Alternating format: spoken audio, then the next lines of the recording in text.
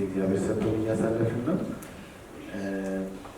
ብዙ ነገር ሳለን ወደ ትምህርት ዋያ ሰዓት አጭርም ስለሆነ ምልክት ስጡኝ ሰዓቱን ሲያልቅ አደራችሁ።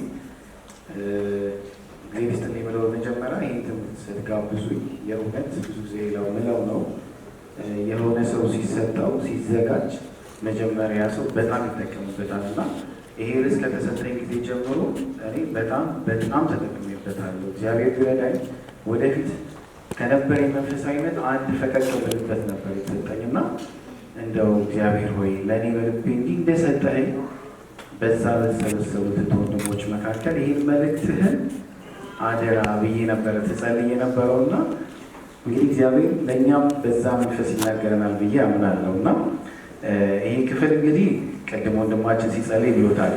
የመጽሐፍ ቅዱስ ልቡ ነው ነበር ያለው እና በቃ ሙሉ መጽሐፍ ቅዱስን በዚች አንድ ጥቅስ ውስጥ የምናገኘው ነው። ምን ይላል? በእርሱ የሚያምን ሁሉ የዘላለም ሕይወት እንዲኖረው እንጂ እንዳይጠፋ እግዚአብሔር አንድያ ልጁን እስኪሰጥ ድረስ ዓለምን እንዲሁ ምን አድርጓል?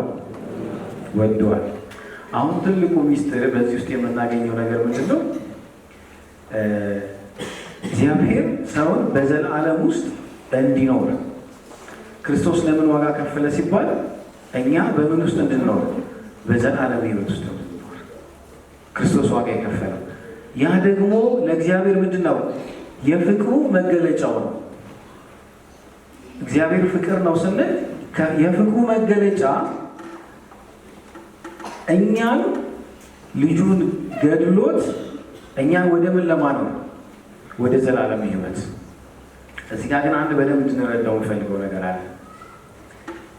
ይህ ሕይወት አንዳንዴ እውቀት እንዳይሆንብን የዘላለም ሕይወት ምን ያህሎቻችን ብንጠየቅ እንደው የእውነት እንመልሰዋለን? ምንድን ነው የዘላለም ሕይወት የሚለውን ሚስጥር ስንረዳው ብቻ ነው። ስናውቀው አለ ሚስጥሩን ተረድተን የተረዳነው እውነት ደግሞ ወደ ሕይወት ስለሚወስደን በዛን ጊዜ አንደኛ የተከፈለውን ዋጋ ይገባናል። የእግዚአብሔር ፍቅር በእኛ ላይ የፈሰሰው ነገር በደንብ ይገባናል። ያለበለዚያ ግን ስለ ዘላለም ሕይወት ያለን አመለካከት ግን በእኛ ውስጥ ያለው የዘላለም ሕይወት አመለካከት ዝም ብሎ እውቀት ላይ ከቀረ ሁሌ ያንን ስንል ነው የምንኖረው። ይህ ዘላለም ሕይወት እንዴት ነው የመጣው? ለምንድነው ክርስቶስ ዋጋ እንዲከፈልበት የተደረገው?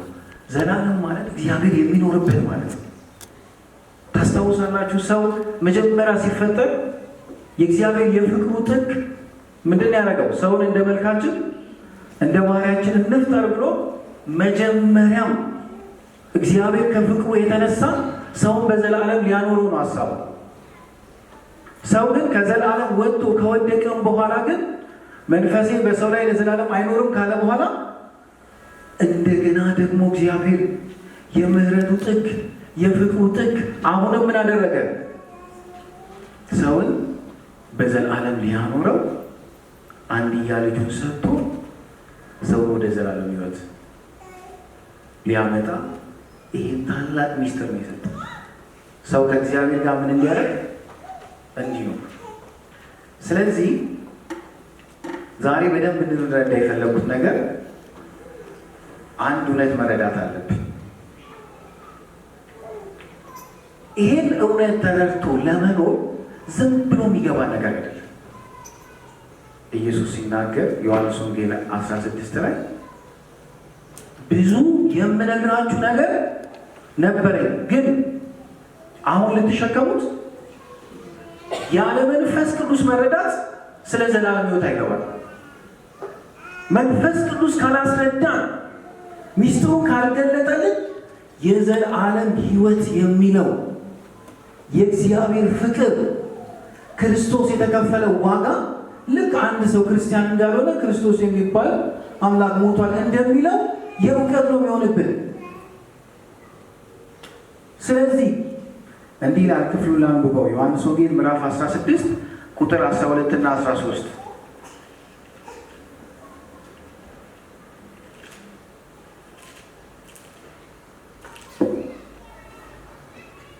ቁጥር 12 እና 13 ላይ ገና ብዙ የምነግራችሁ አለኝ፣ ነገር ግን አሁን ልትሸከሙት አትችሉም። የእውነት መንፈስ በመጣ ጊዜ ግን እርሱ ወደ እውነት ሁሉ ይመራችኋል። ከራሱ አይናገርምና የሚሰማውን ሁሉ ይናገራል እንጂ የሚመጣውን ይነግራችኋል። እርሱ ያከብረኛል፣ የኔ ከሆነ ወስዶ ይነግራችኋልና በአብ ዘንድ ያለው ሁሉ የኔ ነው። ስለዚህ በእኔ ዘንድ ካለኝ ወስዶ ይነግራችኋል። አንድ ሰው ከመንፈስ ቅዱስ ጋር ህብረት ሲኖረው የዘላለም ሕይወት ሚስጥር ምን እንደሆነ ስለሚገባው ስለ ዘላለም ሕይወት ያለውን ነገር ሕይወቴ ላይ እንዴት መኖር አለብኝ የሚለውን ነገር ያገኛል። ይሄ ሕይወት የሚገልጠው መንፈስ ቅዱስ ነው። ቅድም ስንዘምር ነበረ ሚስጥሩ ገብቶኛል። ሚስጥሩ ገብቶ ሆነ መንፈስ ቅዱስ አስረድቶ ነው። ሚስጥሩን በደንብ ተረድተነው ከሆነ መንፈስ ቅዱስ አስረድቶ ነው። የመጀመሪያው መንፈስ ቅዱስ ሆይ ምንድን ነው የዘላለም ሕይወት? እግዚአብሔር የሰጠን ሕይወት ምን አይነት ሕይወት ነው የሚለውን ነገር እንድንረዳ ያስፈልጋል። መንፈስ ቅዱስ የተሰጠን ይሄን ሊገልጥልን ነው። ሰው በተረዳው ነገር በተረዳው ልክ በገባው ነገር የሆነ ነገር ላይ የበለጠው የሚጣበቅ ዘላለምን እንድኖር ከዚህ ሀሳብ እግዚአብሔር ስለሚፈልግ የዘላለም ሕይወት የእግዚአብሔር የፍቅር ጥግ ትልቁ ስጦታ ነው። የእርሱን ማንነት ለእኛ አካፍሎ ከእርሱ ጋር የምንኖርበት እጅግ የሚገርም አስደናቂ ሕይወት ነው። የዘላለም ሕይወት አስደናቂ ሕይወት የእግዚአብሔር የፍቅሩ ጥግ፣ የምህረቱ፣ የቸርነቱ የወደቀውን ሰው ከዘላለም የወደቀውን ሰው ኃጢአተኛ የሆነውን ሰው በደለኛ የሆነውን ሰው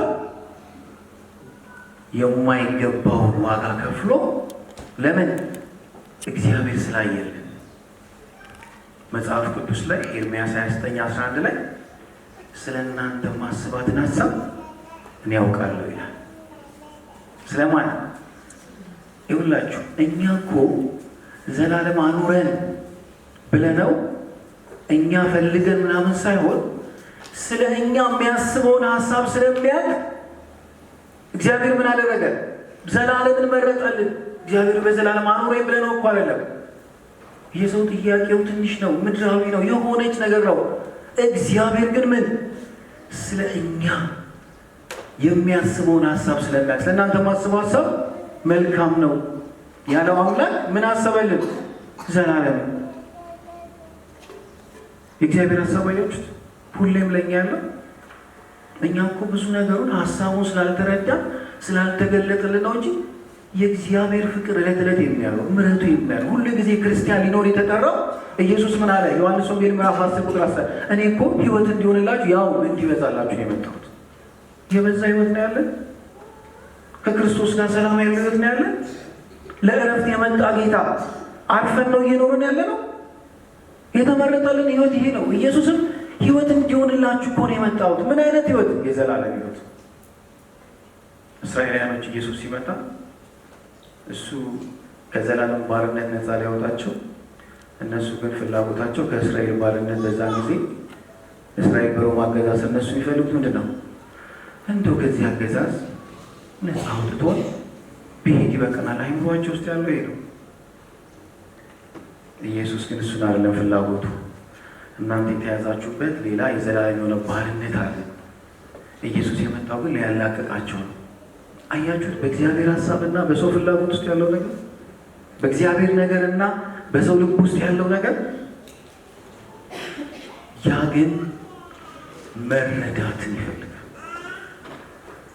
ከመንፈስ ቅዱስ ምንድን ነው እግዚአብሔር በእኔ ውስጥ ያለ ዓላማና ሀሳብ ማለት ይፈልጋል። እግዚአብሔር